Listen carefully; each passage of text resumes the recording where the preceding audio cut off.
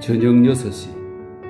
마음이 가벼워졌다고도 만족한다고도 말할 수 없다. 반대로 짓눌린 느낌이 있다. 다만 내 목적은 이루어졌다. 내가 알고 싶었던 걸 알았다. 일요일부터 나에게 일어난 모든 것을 이해했다.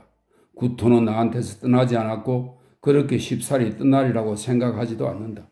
그러나 더 이상 그 일을 당하지는 않을 것이다. 그것은 이미 병도 지나가는 발작도 아니다. 나 자신인 것이다. 그런데 조금 아까 나는 공원에 있었다. 마로니에의 뿌리는 바로 내가 앉은 의자 밑에서 땅에 박혀 있다. 나는 그것이 뿌리라는 걸 이미 기억하지 못했다. 어휘가 사라지면서 그것과 함께 사물의 의미, 사용법, 또 그 표면에 사람이 그려놓은 가냘픈 기호도 사라졌다. 어깨를 살짝 움츠리고 고개를 숙인 채 혼자서 그 검고 울퉁불퉁하고 마디가 굵어서 공포심을 주는 나무와 마주 앉아 있었다. 그러다가 그 계시를 받은 것이다. 그것이 내 숨을 멎게 했다. 사나흘 전만 해도 존재한다는 것이 무엇을 의미하는지 전혀 예감하지 못했다. 나는 다른 사람들, 봄옷을 입고 해변을 거니는 사람들하고 다름이 없었다. 그들처럼 바다가 푸르다. 저기 저 높은 곳에 있는 흰 점, 그것은 갈매기이다 라고 말했다. 그러나 그것이 존재한다는 것, 갈매기가 존재하는 갈매기라는 걸 느끼지 못했다. 존재는 대개 숨어 있다. 그것은 여기 우리들의 주위에, 우리들의 내부에 있다. 그것은 곧 우리다. 존재에 대해 말하지 않고는 무엇 하나 말할 수 없다. 그러나 결국 존재를 만질 수는 없다. 내가 존재에 대해서 생각한다고 믿었을 때 사실은 아무 생각도 하지 않았다고 믿어야 옳다. 내 머리는 텅 비었다. 딱 한마디만 머릿속에 있었다. 이다라는 말이다. 혹은 또 나는 뭐라고 말할까? 나는 속성이라는 것을 생각하고 있었다. 나는 바닷가 초록색을 띤 물건의 계급에 속해 있다고, 또는 초록색이 바다의 성질을 일부 이루고 있다고 생각했다. 그러나 사물을 바라볼 때조차도 그것이 존재한다고 생각하기에는 거리가 멀었다. 사물은 장치처럼 보였다. 나는 그것들을 들고 있었다. 도구로서 쓸모가 있었으므로 나는 그것들의 저항을 예견했다. 그러나 이 모든 건 표면에서 일어나는 일이었다. 누군가 존재라는 게 뭐냐고 물었다면 나는 서슴지 않고 아무것도 아니라고, 외부로부터 와서 사물에 그 성질에 아무런 변화도 주지 못한 채로 부과되는 공허한 형체일 뿐이라고 대답했을 것이다. 그러던 것이 이젠 달라져 버린 것이다. 그것이 갑자기 거기에 있었다. 대낮처럼 분명했다. 존재가 갑자기 탈을 벗은 것이다. 그것은 추상적 범주에 속하는 해롭지 않은 자기의 모습을 잃었다. 그것은 사물의 반죽 그 자체이며 그 나무의 뿌리는 존재 안에서 반죽된 것이다.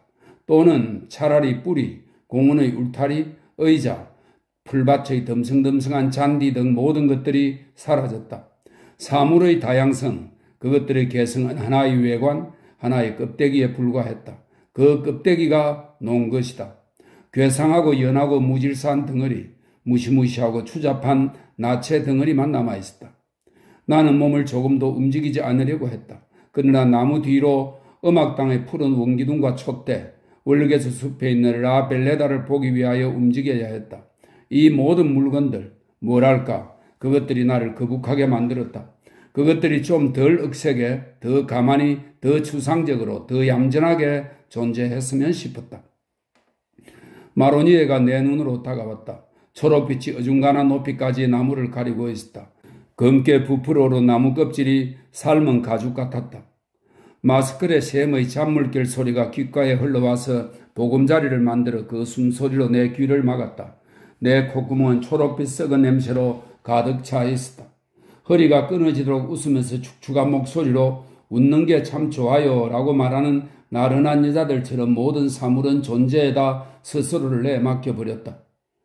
모든 사물은 서로서로 자기 존재의 시시한 비밀을 토로하는 거였다. 나는 비존재와 그 엄청난 충일의 중간은 없다는 것을 알았다. 만약 사람이 존재한다면 거기까지, 곰팡이 상태까지, 그 팽창 상태까지, 그 추잡스러운 상태까지 존재해야 한다. 또 다른 세계에서는 원 또는 음정들이 그들의 순수하고 엄격한 선을 유지하고 있다. 그러나 존재는 하나의 흐느적거림이다. 나무들, 검푸른 기둥들, 샘의 은은한 숨소리, 생기를 머금은 냄새, 차가운 바깥 공기 속에 감도는 어렴풋한 열기, 벤치 위에 앉아 소화시키는 불그스레한 얼굴의 남자. 이 모든 반짐승 상태, 이 모든 소화 상태는 함께 어울려 어딘지 희극적인 모습을 보여주는 것이었다. 희극적. 아니다. 거기까지는 가지 않는다. 존재하는 것 치고 희극적이지 않은 것은 없다. 그것은 마치 심파극 장면과 막연하게 유사한 것, 거의 알아볼 수 없을 만큼 희미하게 유사한 것이라고나 할 만한 것이었다. 우리는 자기 자신을 주체하지 못하는 거북한 존재들이었다. 우리는 너나 없이 거기에 있을 이유가 조금도 없었다. 당황하고 어딘지 불안한 각 존재는 다른 존재와의 관계에서 서로 불필요한 존재라는 것을 느끼는 것이었다. 무의미한 것, 이것이야말로 저 나무들, 저 철책들, 저 조약돌들 사이에서 내가 설정할 수 있는 유일한 관계였다. 마로니에를 헤아리고 그것들을 라벨레다와 관련시켜 배치해서 플라토너스의 높이와 비교하려고 애썼으나 헛사였다. 그것들은 제각기 내가 그 속에 가두어 버리려던 관계 속에서 빠져나가 고립하여 범람하곤 했다. 그 관계들, 인간 세계의 붕괴를 지연시키기 위해 유지하려고 내가 고집을 부리던 그 척도와 양과 방향의 그 관계들을 나는 임의적이라고 느꼈다. 그 관계들은 이미 사물에게는 들어맞지 않았다. 약간 왼쪽으로 내 앞에 서 있는 마로니에는 무의미한 것이었다. 라벨레다도 무의미한 것이다. 그리고 나도 힘없고 피곤하고 추잡하고 먹은 걸 소화시키며 우울한 생각을 되씹고 있는 나 역시 무의미한 존재였다. 다행히도 나는 그것을 느끼지 않았다. 특히 나는 그것을 알았다. 그러나 나는 그것을 느끼는 걸 두려워했기 때문에 마음이 놓이지 않았다. 지금도 그것이 두렵다.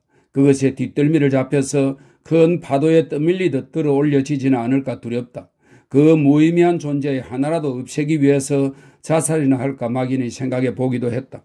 그러나 나의 죽음 자체가 무의미한 짓이었을 것이다. 내 시체도 웃음을 띤 정원 속에서 이 조약돌 위나 나무들 사이에 흐를 피도 무의미한 것이다. 썩은 육체도 그것을 받아들이는 땅 속에서 무의미한 것이며 또 깨끗이 씻기고 껍질이 벗겨지고 치아처럼 깨끗하고 청결한 내 뼈도 무의미한 것이었으리라. 나는 영원히 무의미한 존재였다. 지금 내 폐 아래에서 부조리라는 말이 태어난다. 조금 전에 공원에 있었을 때에는 그 말을 찾아내지 못했다. 그 말을 찾으려고 하지도 않았다. 말이 필요 없었다. 나는 말없이 사물을 가지고 사물에 대해서 생각하고 있었다. 부조리, 그것은 내 머릿속에서 생겨난 관념도 아니고 어렴풋한 소리도 아니었다. 그것은 내 발밑에서 죽은 기다란 뱀, 저 나무의 뱀이었다. 뱀이랄까 손가락이랄까 또는 매의 발톱이랄까 뭐라도 좋다. 그리고 전혀 정확한 정의를 내리지 않은 채 존재의 열쇠, 저 구토의 열쇠, 그리고 나 자신의 생활의 열쇠를 발견했다는 것을 알았다. 사실 내가 이어서 파악할 수 있었던 모든 것은 이 근본적인 부조리로 귀착한다. 부조리, 이것 또한 말이다. 나는 말과 싸운다. 거기서 나는 사물을 만지작거리곤 했다. 그러나 나는 여기서 그 부조리의 절대적인 성격을 정착시키고 싶었다. 이 작은 세계에서 인간들이 채색된 한 동작, 한 사건은 상대적으로만 부조리하다. 즉 그 동작, 그 사건에 따르는 상황과의 관계에서 부조리한 것이지 그의 헛소리와의 관계에서 부조리한 것이 아니다. 그러나 나는 조금 전에 절대적 존재를 경험했다. 절대적 존재 또는 부조리의 경험이었다. 그 뿌리, 그것이 부조리하지 않을 수 있는 관계란 아무것도 없었다. 나는 어떻게 그것을 말로 규정할 수 있을까? 부조리, 조약돌과의 관계, 마른 흙과의 관계, 나무와의 관계, 하늘과의 관계, 초록색 의자와의 관계, 그 모든 관계에서 부조리한 것이다. 달리 표현될 수 없는 부조리, 그 아무것도 자연의 시문하고 은밀한 헛소리에 의해서조차도 그것을 설명할 수는 없었다. 물론 나는 모든 것을 다 알지는 못했다. 나는 싹이 트고 나무가 자라는 걸 본 적이 없다. 그러나 이 끌끌한 굵은 발 앞에서 무지도 지식도 중요하지 않았다. 설명이나 이치의 세계는 존재의 세계가 아니기 때문이다. 원은 부조리하지 않다. 원은 직선의 일부분이 그 끝에서 회전한 것이라는 정의로 충분히 설명될 수 있기 때문이다. 하지만 원은 존재하지 않는다. 그것과 반대로 저 뿌리는 내가 설명할 수 없는 것이며 존재할 따름이다. 주름지고 힘없고 이름도 없는 그 뿌리는 나를 매혹시켰다. 또한 내 눈을 가득히 채우고 줄곧 그 자신의 존재로 나를 이끌어갔다. 내가 아무리 이것은 뿌리다라고 되풀이해도 겉돌기만 할 뿐 흡수 펌프와 비슷한 뿌리의 기능과 그것과의 관련성, 물개의 딱딱하고 야무진 그 껍질, 번들거리고 굳은 살이 박힌 고집스런 그 모습과 뿌리의 관련성을 찾아볼 수도 없는 일이었다. 기능은 아무것도 설명하지 않는다. 기능은 뿌리라는 걸 대충 이해시킬 수는 있었으나 그것 자체는 조금도 설명해 주지 않았다. 그 빛깔, 그 형태, 그 굳어버린 동작을 가진 뿌리는 모든 설명 밑에 있었다. 뿌리의 특질은 제각기 뿌리를 살짝 벗어나 뿌리 밖으로 흘러서 반쯤 단단해진 채 하나의 물질이 되어 있었다. 그 각각의 특징은 뿌리 속에서 무의미한 존재였다. 그리고 이제 뿌리 밑동은 뿌리 자체에서 약간 굴러나와서 스스로를 부정하고 이상한 과잉 속으로 빠져들어가는 듯한 인상을 주었다. 나는 그 검은 발톱에다 뒤꿈치를 비벼댔다. 그 껍데기를 좀 깎아내고 싶었다. 아무 이유도 없다. 도전적으로 황갈색 껍데기 위에 찰과상의 부조리한 장밋빛을 나타내고 싶었다. 세계의 부조리를 희롱하고 싶었다. 그러나 발을 비켜보니 껍데기는 아직 검었다. 검다니? 나는 피가 줄어들며 엄청난 속도로 그 의미가 공허해지고 있는 것을 느꼈다. 검다니? 뿌리는 검지 않았다. 그 나무 조각 위에 있는 것은 검지 않았다. 그것은 다른 것이었다. 원과 마찬가지로 검은 빛깔도 존재하지 않았다. 나는 뿌리를 보고 있었다. 그것은 검정 이상의 것인가? 혹은 겨우 검다고 할 수 있는 것인가? 그러나 나는 이내 자문을 중지했다. 내가 지식의 나라에 있다는 인상을 받았기 때문이다. 그렇다.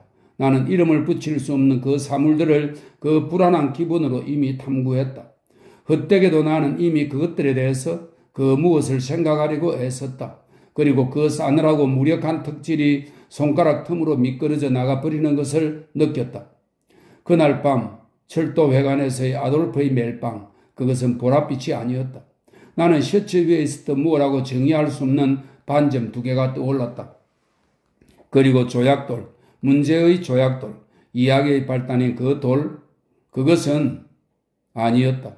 그것이 무엇이기를 거부했던 것인지 생각나지 않았다. 그러나 나는 그 수동적인 반항을 잊지 않았다. 그리고 독학자의 손, 어느 날 도서관에서 잡아보았는데 손이 아니라는 생각이 들었다. 나는 커다란 흰벌레를 연상했지만 그것도 아니었다. 그리고 카페 마블리에서의 맥주컵의 그 애매한 투명, 애매하다. 그 소리, 그 냄새, 그 맛들이 바로 애매하다. 그것이 쫓기는 토끼처럼 우리의 코밑을 빨리 지나갔을 때, 그리고 우리가 거기에 주의하지 않았을 때, 우리는 그것을 아주 간단하고 안심할 수 있는 것이라고 믿었고, 세상에는 청색, 분홍색, 편도나 오랑캐꽃 냄새가 있다고 믿을 수 있었다. 그러나 이런 것들을 잠시나마 붙잡아 놓으면 이 평안과 안정감은 어느 틈에 사라져버린다. 빛깔, 맛, 냄새들이 도무지 진짜가 아니었다. 아주 단순히 그것들 자체, 오로지 그것들 자체가 아니었으며 가장 단순한 불가분의 특질조차도 그것 자체 속에 그것 자체와의 관계에서 무의미한 존재를 가지고 있다. 그 검은 빛, 거기 내 발밑에 있는 그 검은 빛, 그것은 검게 보이지 않았다. 차라리 여태껏 검정색을 한 번도 보지 못한 사람이 검정이란 무엇인가를 상상하는, 그리고 자기의 상상을 멈추지 못하고 색채의 범위를 넘어서 무엇인지 알 수 없는 것을 생각하는 그런 혼란스러운 노력이었다. 그것은 빛깔과 비슷했지만 또 타박상하고도 비슷하고 분비물이나 찌꺼기 그리고 냄새와도 비슷했다. 그것은 젖은 흙냄새와 젖어서 축축한 나무 냄새로 녹아버렸다. 그리고 그 줄무늬가 박힌 나무 위에 오칠처럼 퍼져 있는 검은 냄새와 깨물어서 사탕맛이 나는 줄기의 맛으로 녹아버렸다. 나는 검정색을 단순하게 보는 것이 아니었다. 본다는 것, 그것은 추상적인 것이며 확연하게 단순화된 관념, 인간의 관념이다. 거기 그 검정색, 형태가 일정치 않고 줏대가 없는 현존, 그것은 시각, 후각, 그리고 미각을 훨씬 넘어서는 그 무엇이었다. 하지만 그 풍요함은 혼란으로 돌아가서 마침내는 아무것도 아닌 것이 되었다. 무의미한 것이기 때문이다. 그 순간은 이상 야릇했다. 나는 움직이지도 않고 얼어붙은 듯 거기에서 몸서리치는 절정감에 잠겨 있었다. 그러나 그 절정감의 한복판에서 새로운 무엇이 생각났다. 나는 구토를 알았고 그것을 가지고 있었다. 사실은 나의 발견을 말로 표현하지 못했다. 그러나 이제는 그것을 말로 쉽게 옮길 수 있으리라고 느낀다. 본질적인 것, 그것은 우연이다. 존재는 필연이 아니라는 뜻이다. 존재란 단순히 거기에 있다는 것이다. 존재라는 것이 나타나서 만나도록 자신을 내에 맡긴다. 하지만 그것을 연역할 수는 없다. 그것을 이해한 사람들이 있는 것 같다. 다만 그들은 필연적이며 자기 원인이 됨직한 것을 생각해 내므로써 이 우연성을 극복하려고 했던 것이다. 사실 어떠한 필연적 존재도 존재를 설명할 수 없다. 우연성은 지워버릴 수 있는 허상이나 외관이 아니라 절대다. 그러므로 완전한 무상인 것이다. 모든 것이 무상이다. 이 공원, 이 도시, 그리고 나 자신도 무상이다. 사람이 그것을 이해할 때가 오면 그것은 우리의 마음을 변화시키고 모든 게 표류하기 시작한다. 요 전날 저녁 때 철도 회관에서처럼 말이다. 구토다. 그 더러운 자식들, 코토베르나 다른 곳의 그 더러운 자식들이 그들의 권리를 휘둘러 숨겨보려고 하는 바로 그것이다. 이 얼마나 가엾은 거짓이랴. 아무도 권리를 가지지 않았다. 그들은 다른 사람들처럼 완전히 무상의 존재들이다. 그들은 스스로 무의미한 존재라는 걸 느끼지 않을 수 없다. 그들 자신의 내부에서 무의미한 존재다. 형체도 없고 막연하고 서글픈 존재인 것이다. 그 매혹이 얼마 동안이나 계속됐을까? 나는 마로니아의 뿌리였다. 차라리 나는 그 뿌리의 존재의식 그 자체였다. 아직도 그 뿌리에서 떨어져 있기는 하다. 그것에 대한 의식을 가지고 있었으니까 말이다. 그래도 그 뿌리 속에 나를 잃고 있었다. 의식이 아닌 아무것도 아니었다. 거북한 의식이었다. 그러면서도 두드러진 저 무감각한 나무 조각 위에 뻗쳐서 무겁게 끌려가는 무기력한 의식이었다. 시간이 멈추었다. 발밑에 있는 작고 검은 늪. 그 순간 이후에 무엇이 일어난다는 것은 불가능한 일이었다. 나는 그 무서운 쾌감에서 벗어나려고 했으나 그것이 가능하다는 것조차 상상할 수가 없었다. 나는 그 속에 있었던 것이다. 검은 뿌리는 지나가 버리지 않았다. 너무 커다란 음식 조각이 식도에 걸린 것처럼 내 눈에 남아있었다. 나는 그것을 삼키지도 뱉지도 못했다. 얼마만큼의 대가를 치르고 눈을 치켜뜰 수 있었던가? 그런데 내가 눈을 치켜떴던가? 나는 차라리 다음 순간에 고개를 젖혀 눈을 위로 치켜뜨고 다시 태어나기 위해서 잠깐 동안 무로 돌아갔던 게 아니었을까? 사실 나는 통과에 대한 의식을 갖지 않았다. 그러나 갑자기 나무 뿌리라는 존재에 대해서 생각하는 게 불가능해졌다. 그 존재는 지워져 버렸다. 내가 아무리 그것은 존재한다. 그것은 아직 저기에 있다. 의자 아래 내 오른발 옆에 있다고 되풀이를 해도 그것은 이미 아무런 의미도 나타내지 못하는 것이었다. 존재란 멀리서 생각할 수 있는 것이 아니다. 그것은 갑자기 우리에게 달려들고 우리 위에 멎어서 움직이지 않는 살찐 짐승처럼 우리의 마음을 무겁게 내리누르는 것일 수밖에 없다. 그렇지 않으면 아무것도 없는 것과 같다. 이미 아무것도 없었다. 내 눈은 텅 비고 나는 나의 해방을 기뻐했다. 그러자 갑자기 그것이 내 눈앞에서 움직이기 시작했다. 가볍고 부정확한 운동이다. 바람이 나무 꼭대기를 흔들고 있었다. 그 무엇이 움직이는 걸 보는 게 불쾌하진 않았다. 그것은 뚫어지게 쏘아보는 눈처럼 나를 보고 있는 움직이지 않는 존재로부터 나를 전환시킨다. 나는 나뭇가지가 흔들리는 걸 보면서 혼자 말을 했다. 운동이란 결코 완전히 존재하지 않는다. 그것은 두 사물 사이의 움직임이며 가냘픈 시간이다. 나는 운동이 허무해서 나와 점차적으로 무르익어 꽃피는 것을 바라볼 마음의 준비를 하고 있었다. 한마디로 말해서 나는 막 생겨나는 존재들을 포착하려 했다. 내 모든 희망이 모조리 사라지는데 3초면 충분했다. 그 주위를 장님처럼 더듬거리며 망설이는 나무가지 위에서 나는 존재로의 이행을 붙잡는 데 성공하지 못했다. 이행이라는 것도 인간이 생각해낸 것이다. 너무나 명확한 관념이다. 이 모든 미묘한 움직임은 고립되고 스스로 안정되어 있었다. 그것은 사방으로 큰 가지와 장가지를 넘쳐 흐르게 하고 그 끌끌한 손 주위에서 회오리 바람을 일으키며 조그마한 선풍으로 그 손을 감싸고 있었다. 물론 움직임은 나무하고 별개였다.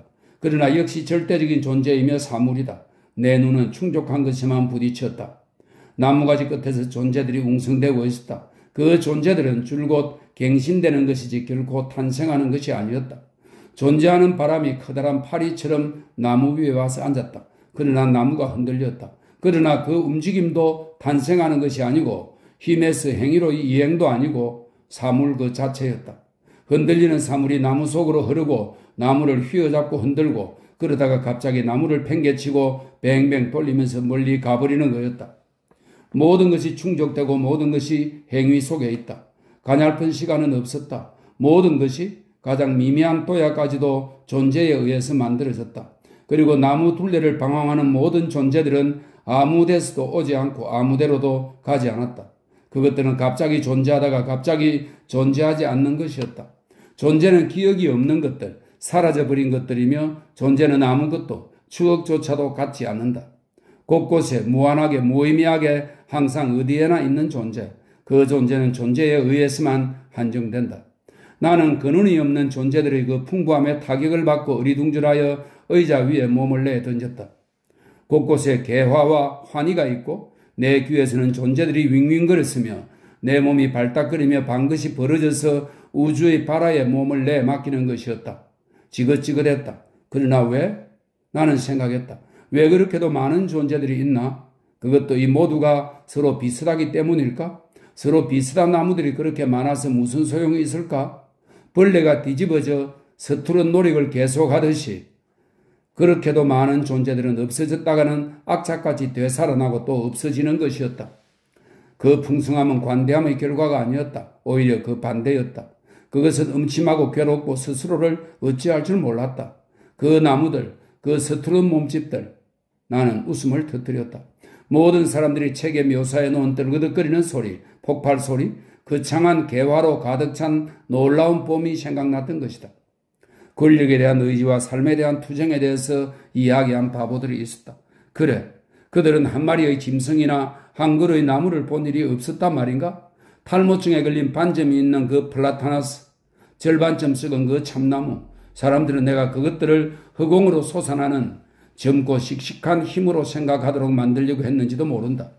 그럼 그 뿌리는 내가 그것을 탐욕스러운 손톱처럼 땅을 긁고 거기에서 자양분을 빼앗는 손톱처럼 묘사해야 옳았단 말인가? 그런 방법으로 사물들을 보는 것은 불가능하다. 연약함, 무력함, 그렇다. 나무들이 떠돌고 있었다. 하늘을 향한 용솟음이랄까? 그것은 차라리 피로다. 나는 나무 줄기들이 피곤한 음경처럼 주름이 잡혀서 검고 물렁물렁한 덩어리가 되어 땅 위에 오그라들어 쓰러지는 것을 보려고 시시각각으로 기다렸다. 그것들은 존재하려는 욕망을 갖지 않았다. 다만 그렇지 않을 수가 없었을 따름이다. 그뿐이다. 그래서 조용하게 힘없이 자질구레한 부엌일을 하고 있었다. 수액은 마지못해 맥관 속에서 천천히 올라왔으며 나무 뿌리는 천천히 땅 속으로 파고들었다. 하지만 그것들은 늘 거리의 뿌리를 받고 없어질 것처럼 보였다. 피곤하고 늙어버린 그 나무들은 마지못해 존재하기를 계속하고 있었다. 죽어버리기엔 너무 약했고 죽음은 외부로부터 올 수밖에 없었기 때문이다. 내면적인 필연으로 자기 속에 자신의 죽음을 자랑스럽게 지니는 것이라곤 음악의 곡조밖에 없다. 다만 그것들은 존재하지 않는다. 존재하는 것들은 이유 없이 태어나서 연약하게 그 목숨을 유지하다가 우연한 만남에 의해 죽는다. 나는 뒤로 기대고 지그시 눈을 감았다. 그러나 곧 이미지들이 다가와 감은 눈을 존재로 가득 채웠다. 존재란 사람이 떨쳐버릴 수 없는 충족을 말한다. 이상한 이미지들, 그것은 수많은 사물을 나타내고 있었다. 진짜 사물이 아니라 진짜와 닮은 다른 것들이다. 의자나 남학생 같은 목제품 비슷한 물건들이며 식물 비슷한 것들이다. 그리고 얼굴 두 개가 있다. 지난 일요일에 베질리즈 맥주홀에서 내 곁에 앉아 점심을 먹던 부부였다. 그들은 기름지고 뜨겁고 육감적이고 부조리하고 귀가 빨갛게 달아올라 있었다. 그 여자의 어깨와 가슴이 떠올랐다. 벌거벗은 존재, 그 두 사람이 갑자기 혐오감을 일으켰다. 그 두 사람은 부빌 어디에서 여전히 존재하고 있었다. 그 부드러운 가슴은 신선한 옷감에 설려 애무받으며 레이스 속에 파묻혀 있었다. 여자는 줄곧 그 가슴이 코르셋 속에서 존재하는 것을 느끼고 내 가슴, 내 아름다운 과실이라고 생각하며 자기를 간지럽게 만드는 가슴의 환희에 주의를 기울인 채 신비한 미소를 짓고 있었다. 그래서 나는 소리를 지르고 나도 모르는 사이에 눈을 크게 떴다. 나는 그 거창한 현존을 꿈꾸었던 것일까? 그것은 공원 위에 자리 잡고 나무들 속에 뒹굴며 거기에 있었다. 아주 물렁물렁하고 무엇이나 달라붙고 아주 짙어서 잼 같았다. 그래서 나는 온 공원과 함께 그 속에 있었던가? 무서웠다. 아니, 화가 났다. 나는 그것이 몹시도 어리석고 마땅찮아 보였다. 그 허물허물 흉측한 것이 싫었다. 그것이 있었다. 많이도 있었다. 하늘까지 시솟아 곳곳으로 뻗어서 모든 것을 끈적끈적한 피로로 가득 채웠다. 나는 그것의 깊이를 보고 있었고 그 깊이는 공원을 넘고 집을 넘어 부빌로 넘어갔다. 나는 이미 부빌에 있지 않았다. 아무데도 있지 않았다. 나는 떠다니고 있었다. 나는 놀라지 않았다. 그것이 곧 세계, 갑자기 나타나는 발가벗은 세계라는 것을 잘 알았다. 그리고 나는 이 허망하고 방대한 존재에 대한 분노로 숨이 막힐 지경이었다. 사람들은 그 모든 것이 어디에서 오는지, 어떻게 해서 무가 아니고 세계가 존재하는지 자문할 수도 없었다. 그것은 무의미했다. 세계는 앞에도 뒤에도 어디에나 존재했다. 그것 이전에는 아무것도 없었다. 그 아무것도 그것이 존재하지 않았을 때가 없었다. 내가 속상해했던 게 바로 그거였다. 물론 그 흐르는 애벌레가 존재하는 데는 아무런 이유가 없었다. 하지만 그것이 존재하지 않는다는 건 불가능한 일이었다. 그것은 생각할 수 없었다. 허물을 상상하기 위해서는 세계 한복판에서 눈을 크게 뜨고 산채로 이미 거기에 있어야만 했기 때문이다. 허물한 내 머릿속에 있는 관념, 이 광대 무변 속에 떠돌며 존재하는 관념에 불과하다. 그 허물은 존재 이전에는 없었던 것이다. 그것은 다른 것들과 같은 존재였으며 수많은 다른 존재 다음에 나타났던 것이다. 나는 소리쳤다. 이 얼마나 더러우냐, 이 얼마나 더러우냐. 그리고 이 끈적끈적한 더러움을 털어버리려고 몸을 흔들었다. 그러나 더러움에 끄떡도 않는 수를 헤아릴 수 없이 많은 존재들이 끝없이 있었다. 나는 이 광대한 권태 속에서 숨이 막혔다. 그러다가 갑자기 공원이 커다란 구멍처럼 텅 비고 세계는 올 때와 같은 방법으로 사라져버렸다. 또는 내가 깨어난 것이다. 어쨌든 나는 더 이상 세계를 보지 못했다. 내 주위에는 노란 흙밖에 없었다. 거기서 죽은 나무가지가 하늘로 뻗어 있었다. 나는 일어서서 밖으로 나왔다. 울타리까지 와서 뒤를 돌아다 보았다. 그때 공원이 내게 미소를 지었다. 나는 울타리에 기대어 오랫동안 그것을 바라보았다. 나무들의 그 월계수 숲의 미소, 그것은 그 무엇을 의미하고 있었다. 그것이야말로 존재의 진정한 비밀이었다. 3주일 전 어느 일요일, 사물 위에서 일종의 공모자 같은 태도를 파악했던 게 생각났다. 그것은 나에 대한 태도였던가? 그러나 나는 그것을 이해할 아무런 방법도 없었다는 걸 우울하게 느꼈다. 아무런 방법도 없었다. 그러나 그 미소는 거기에서 기다리고 있었다. 그것은 어떤 시선과도 같았다. 그것은 거기에 마로니에 나무 위에 있었다. 그것은 그 마로니에였다. 사물들, 그것은 도중에서 멈춰버린 관념, 스스로를 잊고 무엇을 생각하려고 했는가를 잊어버린 관념이라고 말할 수 있으리라. 그 관념은 표류하고 있었다. 그리고 사소하고 기묘한 의미를 가졌으면서도 그 의미는 사물을 넘어서고 있었다. 그 보잘것없는 의미가 나를 초조하게 했다. 이 울타리에 100년을 기대고 있어도 나는 그 의미를 이해할 수 없을 것이다. 나는 존재에 관해서 알 수 있는 것들을 다 배웠다. 그곳을 떠나 호텔로 돌아와서 이것을 썼다. 한밤중에 결심했다. 책을 그만 쓰기로 했으니 더 이상 부빌에 머물 이유가 없다. 파리로 가야겠다. 금요일 5시 차를 탈 생각이다. 토요일에는 안니를 만날 것이다. 우리는 며칠 동안 함께 지낼 것이다. 그녀와 헤어지면 이런저런 일을 정리하고 짐을 꾸리러 이곳으로 돌아올 것이다. 늦어도 3월 1일에는 결정적으로 파리에 있을 것이다.